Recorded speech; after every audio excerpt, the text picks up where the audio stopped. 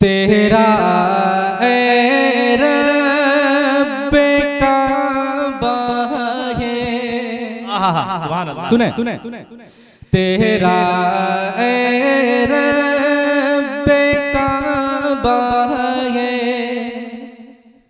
کرم ایک بار ہو جائے، سبحان اللہ، تیرا اے رب کعبہ ہے، کرم ایک بار ہو جائے۔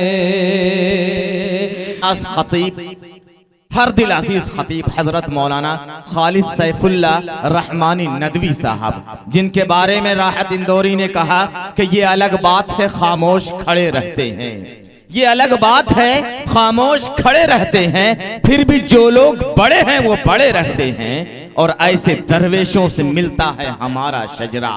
یہ تو شاعر نے کہا، مگر شاعر کے کلام کو معافی چاہتے ہوئے کہ ایسے درویشوں سے ملتا ہے حضرت کا شجرہ، جن کے قدموں میں کئی تاج پڑے رہتے ہیں، ایسے درویشوں سے ملتا ہے۔ اور جس کے بارے میں منور رانا نے کہا کہ ان گھروں میں جہاں مٹی کے گھڑے رہتے ہیں، ان گھروں میں جہاں مٹی کے گھڑے رہتے ہیں، قدم چھوٹے ہیں مگر لوگ بڑے رہتے ہیں۔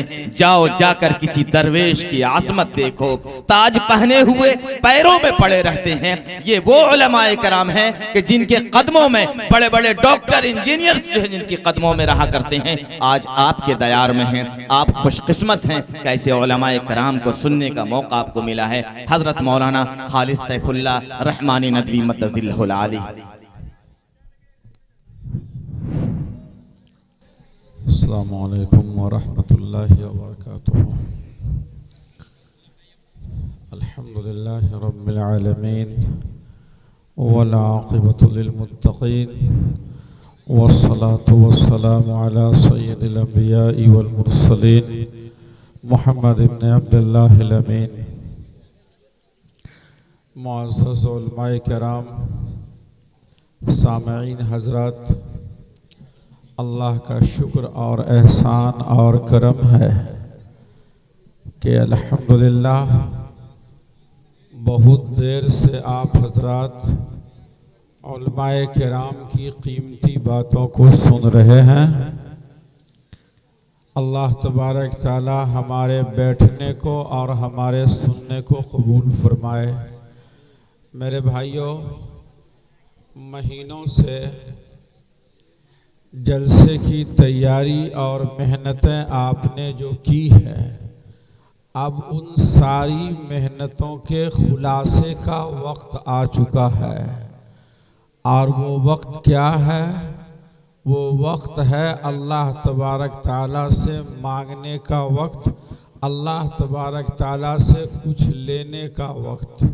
یہ ایسا وقت ہے جس میں انسان اللہ سے سب سے زیادہ قریب ہوتا ہے، اور اللہ تبارک تعالیٰ بھی آسمانی دنیا پر اپنی شان کے مطابق جلوہ افروز ہوتے ہیں، اور آواز دی جاتی ہے کہ ہے کوئی مجھ سے مانگنے والا کہ میں اس کے دامن کو بھر دوں۔ تو ہم لوگ بہت قیمتی وقت میں ہیں۔ قرآن کریم کی فضیلت اور اس کی اہمیت ہم لوگ بہت دیر سے سنتے آ رہے ہیں۔ میرے بھائیوں، ایک آدمی باغ لگاتا ہے، اور وہ باغ پھلدار جب ہو جاتا ہے اور طرح طرح اور قسم قسم کے پھل جب اس میں سے آنے لگتے ہیں، تو مالی کو یا باغ کے لگانے والے کو کتنی خوشی ہوتی ہوگی، آپ اندازہ لگا سکتے ہیں۔ الحمدللہ اس وقت میں جو منظر دیکھا ہوں، اس سے پہلے کا جو منظر تھا، حفاظ کرام کا جو منظر ہوا، دستار بندی کا جو حسین ترین نظارہ، خوبصورت نظارہ آپ کے سامنے آیا، یہ آپ حضرات کی محنت اور میرے دونوں عزیز ترین شاگرد جناب حافظ و قاری محمد ریحان صاحب اور حافظ و قاری محمد رضوان صاحب، ان کی قربانیوں کا نتیجہ ہے۔ اللہ تبارک تعالیٰ اس قربانی کو قبول فرمائے اور اس کے بدلے میں اللہ تعالیٰ اس ادارے کو قیامت تک اسی آن بان اور شان کے ساتھ چلاتا رہے۔ میرے عزیزو، کسی مریض کے بارے میں سب سے زیادہ معتبر اور قابل یقین گواہی ڈاکٹر کی ہو سکتی ہے، جو ڈاکٹر اس مریض کی علاج کرتا ہے۔ اسی طرح سے کسی شاگرد کے بارے میں سب سے معتبر گواہی اس استاذ کی ہوتی ہے جنہوں نے اپنے شاگردوں کو بچپن میں علاج کیا ہو، پڑھایا ہو، سنوارا ہو اور اسے دیکھا ہو۔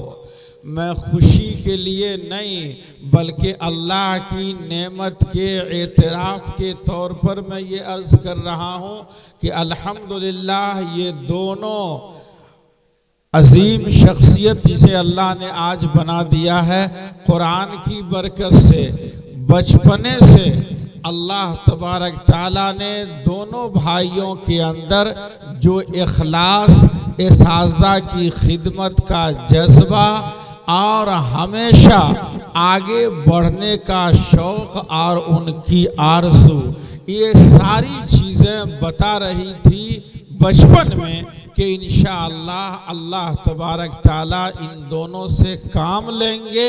اللہ کا شکر ہے کہ وہ اندازہ سچ ثابت ہوا اور اللہ تبارک تعالیٰ نے اس بنولی خرد کے سرزمین پر ان دونوں کی خدمت کو اللہ نے قبول کیا ہے۔ اللہ تعالی ہمیشہ اس خدمت کو زندہ اور تابندہ رکھے۔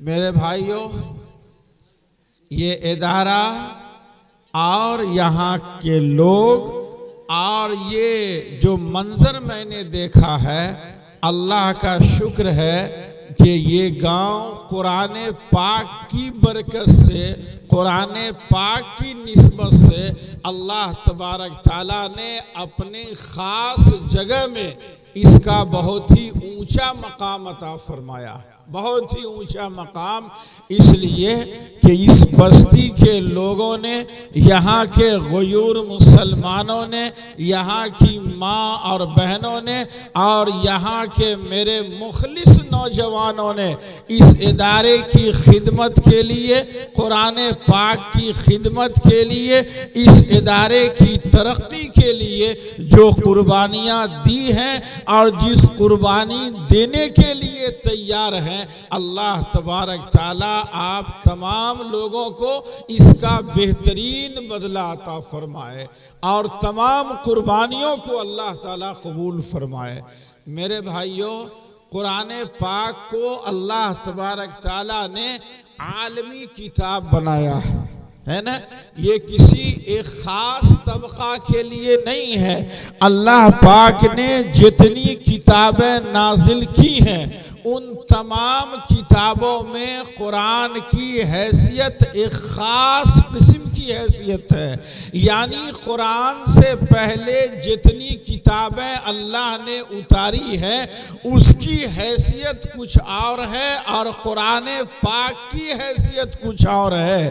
اس سے پہلے جتنی کتابیں توریت کی شکل میں، انجیل کی شکل میں، زبور کی شکل میں اور صحیفے کی شکل میں اللہ پاک نے اتاری تھی، ان ساری کتابوں کا حال یہ تھا کہ وہ ساری کتابوں کو اللہ تبارک تعالیٰ نے اپنی شان کے مطابق فرشتے سے لکھوا کر کے نبیوں کے حوالے کر دیا اور کہا کہ یہ اپنی امت کو یہ سارا پیغام سمجھا دیجئے۔ یہ صرف قرآن پاک ایسی کتاب ہے کہ اللہ پاک نے فرشتے سے لکھوا کر کے اپنے نبی کے حوالے نہیں کیا بلکہ ضرورت کے مطابق، تقاضے کے مطابق اور حالات کے مطابق اللہ تبارک تعالیٰ نے 23 سال کی مدت میں اپنے آخری نبی صلی اللہ علیہ وسلم پر اس آخری کتاب کو اس طرح سے اتارا کہ ایسی نہیں کہ لکھوا کر کے دیا، بلکہ خود کلام فرمایا، خود اللہ تعالیٰ نے پڑھا، خود اللہ تعالیٰ نے اپنی صفت کو اور اپنی خوبی کو اس میں ڈالا۔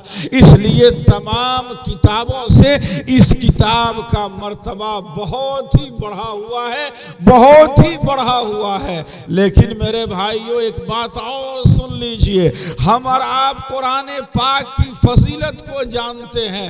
قرآن پاک سے پہلے جتنی کتابیں نازل ہوئی تو ان کتابوں کو خاص طبقہ کے لوگ ہی پڑھتے تھے اور اس کے احکام کو خاص طبقہ کے لوگ ہی جانتے تھے۔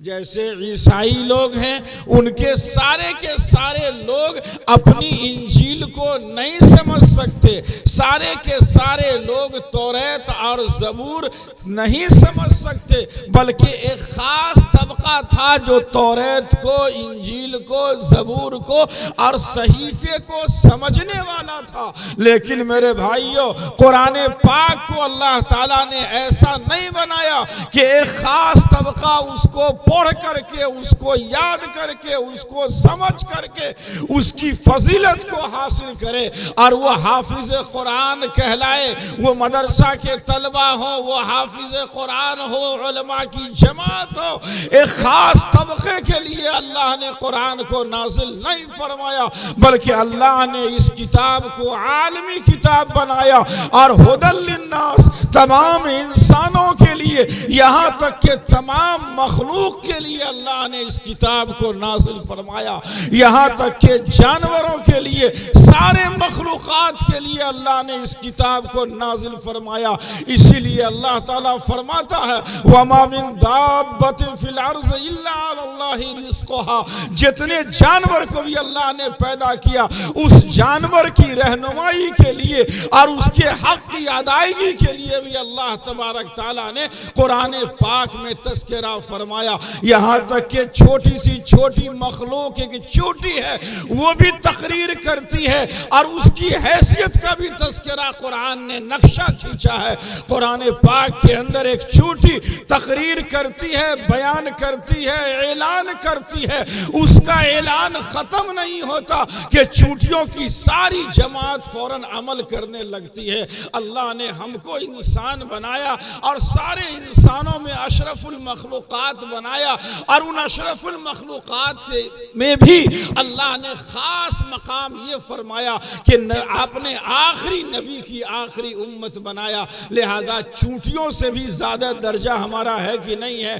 ایک چونٹی اعلان کرتی ہے، تقریر کرتی ہے، یا ایھا النمل ادخلوا مساکنکم لا یحطمنکم سلیمان وجنودہ وہم لا یشعرون۔ اے چونٹیوں تم کو سکون اس میں ہے، اطمینان اس میں ہے، حضرت سلیمان کے بھاری بھرکم لشکر سے حفاظت اور امان اور کامیابی اس میں ہے کہ اپنے اپنے گھروں میں داخل ہو جاؤ، امن کے ساتھ رہو گے۔ ساری کی ساری چونٹیاں تقریر ختم ہونے سے پہلے اس پر عمل کرنے لگتی ہے۔ میرے بھائیوں اور دوستوں، ایک چونٹی جیسی مخلوق جب قرآن کی اس آیت پر، جب تقریر پر اس طرح سے عمل کرتی ہے تو اللہ نے تو ہم کو تمام مخلوق میں ایک ممتاز مخلوق بنایا ہے، خاص مخلوق بنایا ہے، خاص نعمت عطا فرمائی ہے۔ تو ہم کو اس تقریر پر اور اس اعلان پر اور اس پیغام پر کتنا عمل کرنا چاہیے آپ سمجھ سکتے ہیں۔ عمل کرنا چاہیے کہ نہیں کرنا چاہیے؟ میرے بھائیوں بس دو چار باتیں میری عرض ہونی ہے، اس کے بعد دعا ہو جائے گی۔ بہت سارے خاص لوگ ہیں، ان کے نام آئے ہیں سامنے، ان کے لیے بھی دعائیں ہونی ہیں۔ اس کتاب کو عالمی کتاب بنائیے، گھر گھر میں اس کو پہنچائیے، اس کی تعلیم کو عام کیا جائے۔ آپ نے حافظوں کا بڑا مرتبہ سنا ہے، حافظ کا یہ مقام ہے، وہ مقام ہے، ایسی جنت ملے گی، ایسا تاج ملے گا، اس تاج کے اندر ایسی روشنی ہوگی، یہ ساری چیزیں آپ نے سنی ہیں۔ لیکن میرے پیارے یاد رکھیے، روشنی کی ضرورت ہر ایک کو ہے یا ایک خاص طبقہ کو؟ روشنی کی ضرورت ہر ایک کو ہے نا، روشنی کا محتاج ہر کوئی ہے، یہاں تک کہ آنکھ والے کو تو چھوڑیے، جو نابینا ہے، جو آنکھ سے محروم ہے، روشنی کی ضرورت اس کو بھی پڑتی ہے کہ نہیں پڑتی ہے؟ ہم نے ایک کتاب پڑھی ہے، آپ حضرات نے پڑھی ہوگی، گلزار دبستاں، فارسی کی کتابیں ہیں، درجے میں پڑھائی جاتی ہے، اس میں ایک بات لکھی ہوئی ہے، ایک نابینا کہتا ہے کہ مجھے ضرورت سے لے چلو، وہ لے چلنے لگتا ہے، اندھیری رات ہے، چراغ غل ہو جاتا ہے، اسے کہتا ہے کہ چراغ جلا لو تب چلو گے، نابینا کہتا ہے، تو چلنے والا آنکھ والا کہتا ہے کہ آپ تو نابینا ہیں، آپ کو چراغ کی روشنی کی کیا ضرورت ہے؟ وہ نابینا کہتا ہے کہ مجھے تو ضرورت نہیں ہے، لیکن روشنی اگر رہے گی تو اس روشنی میں آپ دیکھیے گا اور صحیح سے میری انگلی پکڑ کر کے ہم کو چلائیے گا۔ تو میرے بھائیوں، روشنی کا محتاج ہر کوئی ہے کہ نہیں ہے؟ چاہے وہ بڑا ہو، چھوٹا ہو، مرد ہو، عورت ہو، سماج کا ہر ایک طبقہ روشنی کا محتاج ہے۔ وہ امیر کو روشنی چاہیے، غریب کو روشنی چاہیے، مرد کو روشنی چاہیے، عورت کو روشنی چاہیے۔ روشنی کی ضرورت ہر ایک کو ہے کہ نہیں بولو، یا ایک خاص طبقہ کو روشنی کی ضرورت ہر ایک کو ہے کہ نہیں ہے؟ روشنی کا محتاج ہر کوئی ہے، روشنی کی ضرورت ہر ایک کو ہے کہ نہیں بولو میرے بھائی؟ ضرورت ہے نا۔ اللہ تعالیٰ اعلان فرماتے ہیں، ارشاد فرماتے ہیں، فآمنوا باللہ ورسولہ والنور الذی انزلنا واللہ بما یعملون واللہ بما تعملون خبیر۔ اے لوگو، ایمان لاؤ اللہ پر اور اس کے رسول پر، والنور، اور اس روشنی پر، اس نور پر جسے ہم نے کتاب کی شکل میں اتاری ہے۔